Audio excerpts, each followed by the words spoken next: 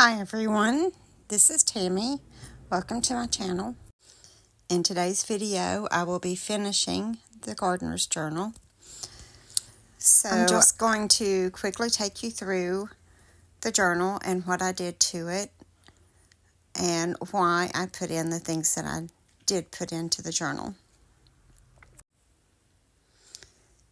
In this part, I'm showing you how I did one of the add-ins. And it is a little pamphlet that I made so that I can record the fruits that I have and where they're planted at and what I do to them. And it's just a separate add-in. I don't have a lot of fruits, but the ones I do have will be recorded in this book. So I'm just going to draw out where the beds are and what I do to each of them. And in this video, I'm showing you how I just made the cover. So it's just a piece of cardstock and a napkin, and I removed all the plies except for the front one, and I used Mod Podge to glue it onto the cardstock, and I just cut it the size that I needed it to be for the place that I'm going to put it at in my Gardener's Journal. And then after I got the napkin on there and it dried, I sanded the edges to remove the excess napkin. And then I used my Distress ink to distress around the edges of it. And this is showing you the label that I made for it. And I'm just going to stencil the word fruit on there. And I'm using the same stencil template that I've used throughout the whole Gardener's Journal. And there I was just trying to figure out if the word fruit was going to fit there. And then I stenciled it and cut the label down to the size that I needed it to be. And if you don't have a paper cutter, you can just cut it by hand. And then once you get it the size that you want it to be, I have a little corner cutter to kind of round off the edges, and I use that just for that purpose. And if you don't have a corner cutter, you can round the edges yourself or just skip that part altogether. I actually plan on adding some more fruits into my garden, and the picture there on the front of it is grapes, and I'm going to get some grapevines.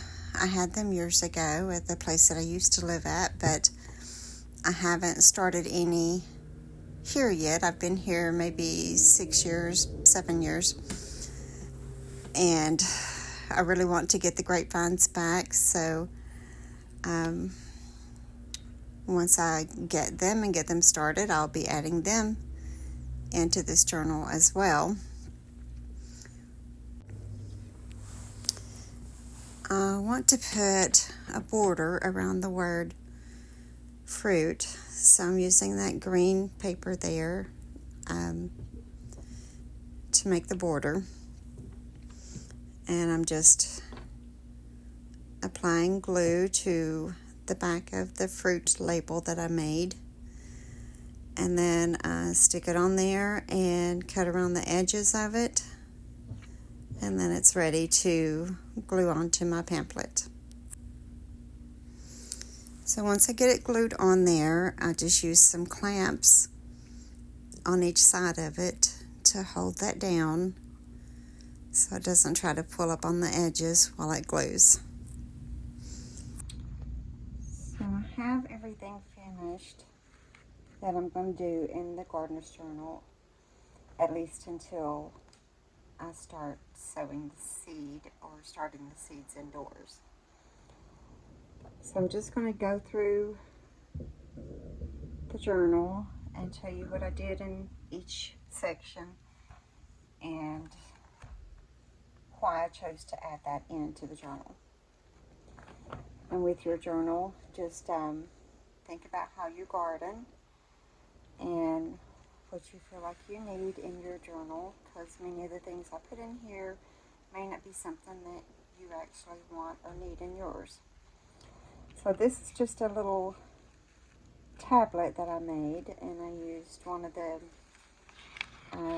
eco prints that I made using the rust water as the front and back cover. And the only thing inside of it is just these pages that have been tea stained. And I actually poked holes in it right here and here and threaded this string through, and that's how it's held together. And this is just a zigzag stitch that holds the back and front page together. And this I just did so I could just jot down notes that maybe I didn't have another place in the book to put it at. I could just jot them down there. And this is something that I did not make, but I've used this for years, and it is very handy to know when to plant and when to start your seed. And there's a side for fall and a side for spring planting.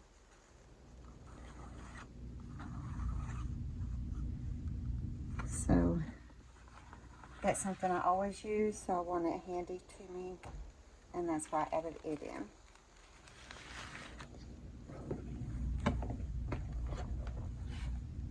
And then this section, this page was out of a different gardener's journal. It was actually 2 pages put together. And I like it because it gives you a lot of different information, like the variety of the seed, where I plan to put it at, whether that particular plant needs sun or shade. All the different things here that's mentioned are things that you can record about it. Some of these I will record and some I may not, but it gives plenty of room for different seeds. And so to put this together into one long thing, I just used the seed catalog pages and glued them on, and then sewed it around the edges, and then did kind of an accordion fold so that it would fit in the journal. And then this one is for drawing out your garden plan. And you can draw out your entire property and where all your beds are, or just your vegetable garden area. And honestly, I haven't decided which one I'll do yet. So these things are being stored in here. Then this page is about seed starting and the supplies that you need. So it's just pictures again from the old catalog, and then some things that I've written in that tell you what you need to actually start sowing your seeds indoors. And then this next page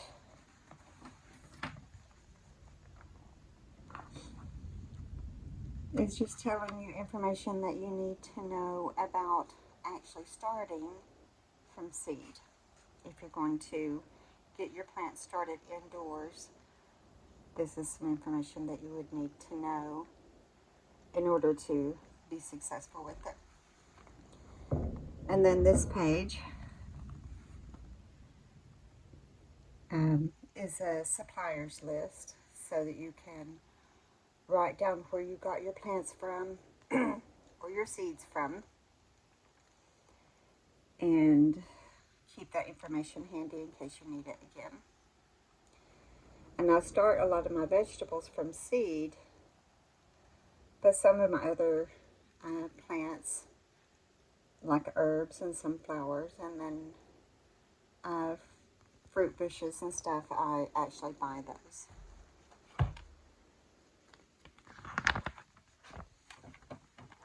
And then this whole section is, I'm going to be using one page for each thing that's listed. And this is for starting it from seed. So I made this little label up here at the top, and that's so that I can code what I have done, because there's not really room there to write. So I'll just write down when I started the seed, and then go out through there and put the codes in for when I did what, and the date I'll put it here. And this should last for at least 5 years, because each page is just about that one particular plant. And then this one is pepper. They're all the same, except that it's a different plant. Some I put little graphics on it, and some not. These are my lettuces and tomatoes, and these are just the ones that I actually do start from seed inside. There's kale, basil, cucumber, and some that I don't even have marked yet on what I'm planting there, or what I'm starting.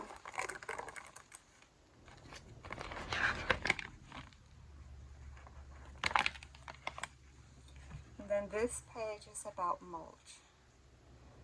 And I do my gardening organically, so there are rules for organic mulching, things that you can use and things that you can't. And then this lists the different materials and whether or not they're considered to be good or fair or excellent, and how you apply them. And this page I haven't finished yet, but it's on growing organically, and it's just information to remember. And this is a comfrey leaf. I have comfrey growing here, and it's a very good fertilizer for your plants. It has many of the nutrients that they need. This one, I'm still going to put the label up at the top, which is going to be beneficial insects. So I'm just going to put it up here also. I know it's already there. And this lists some of the insects that are actually beneficial to your garden, even though some are not. It's just to remind you, don't go out and kill all the insects, because some of them are actually helping you. And this is companion planting. And companion planting is when you plant different plants close together, ones that enhance each other.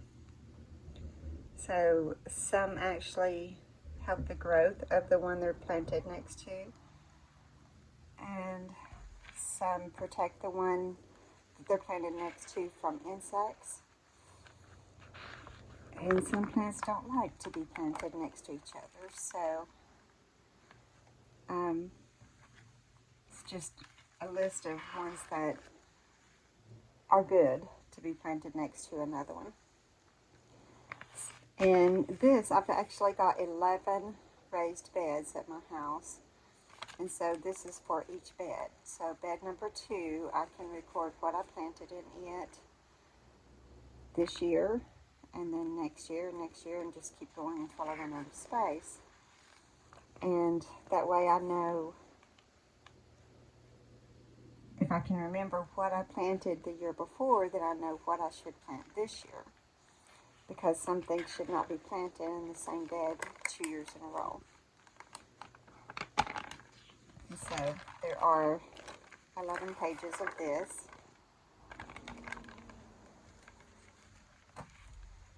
And then this page is on compost. And even though I buy compost sometimes from my sister's shop, I also make my own compost. And these are just materials that you can use and the values of them if you are making your own compost. And then this little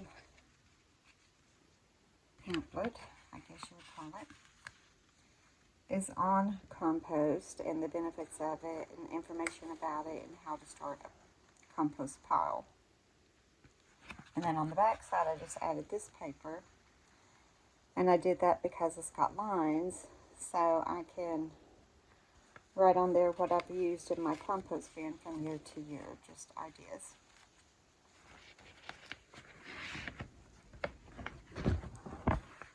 I haven't done anything to this page yet.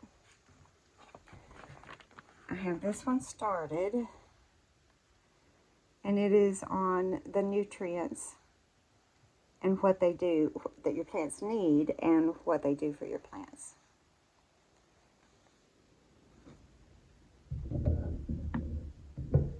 Some of this stuff I put in here just so I can remember, because sometimes I'm out in the garden and I'm thinking, what is it that plant needs? Why is its leaves turning yellow or whatever? Okay, in this little pocket, I'm putting my plant tags that I'm trying to keep. I have a cypress tree, and so actually I have about 6 of them. So I saved the tag because it has useful information on it. And this is a good place to save tags like that, so I know where they're at when I need to go back to them. And this pocket up here, I haven't put it there yet, but I'm going to put the word receipts there and put all of my receipts from buying plants or seeds in there. This one's just decorated to label the next section, which is herbs and flowers.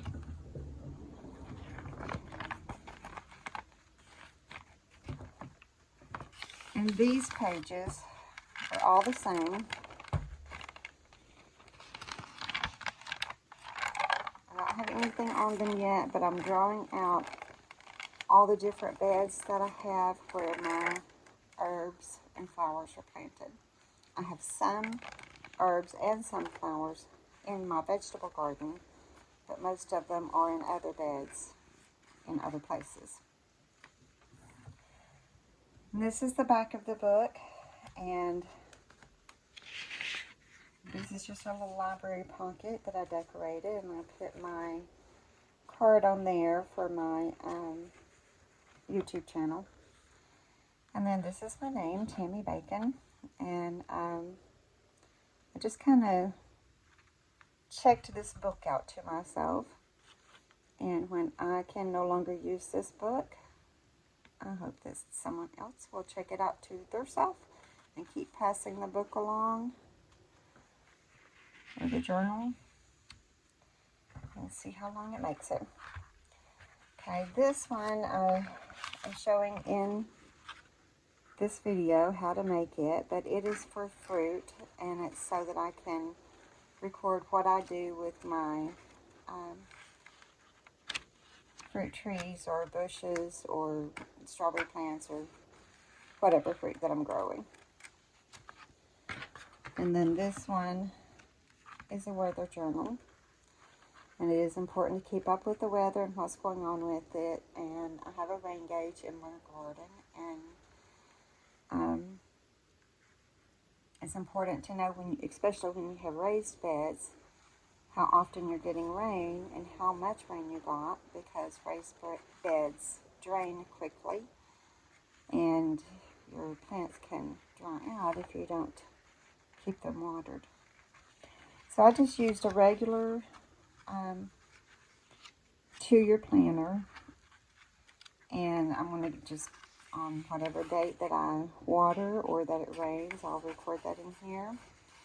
If there was a bad storm or the temperature for the day, that type of information, and then I can refer back to it the next year and see if the weather has changed that much from one year to another.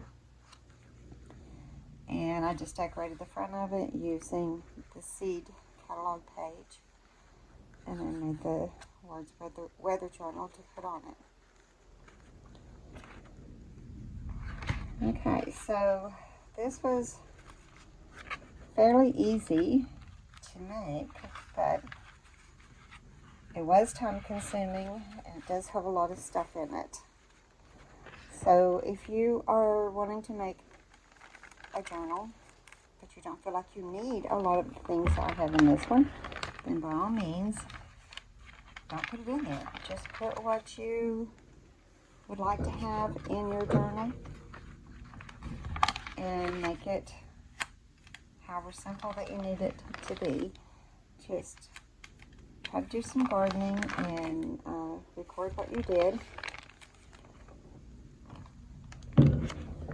And you will be seeing this journal again in the future when I'm gardening. And you'll be seeing how I use it to record what I have done.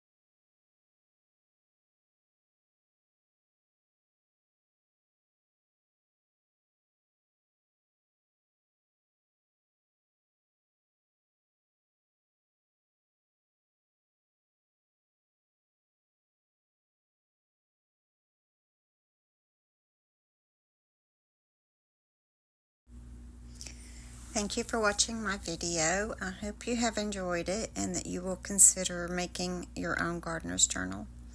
May God bless you, and I hope you have a wonderful day.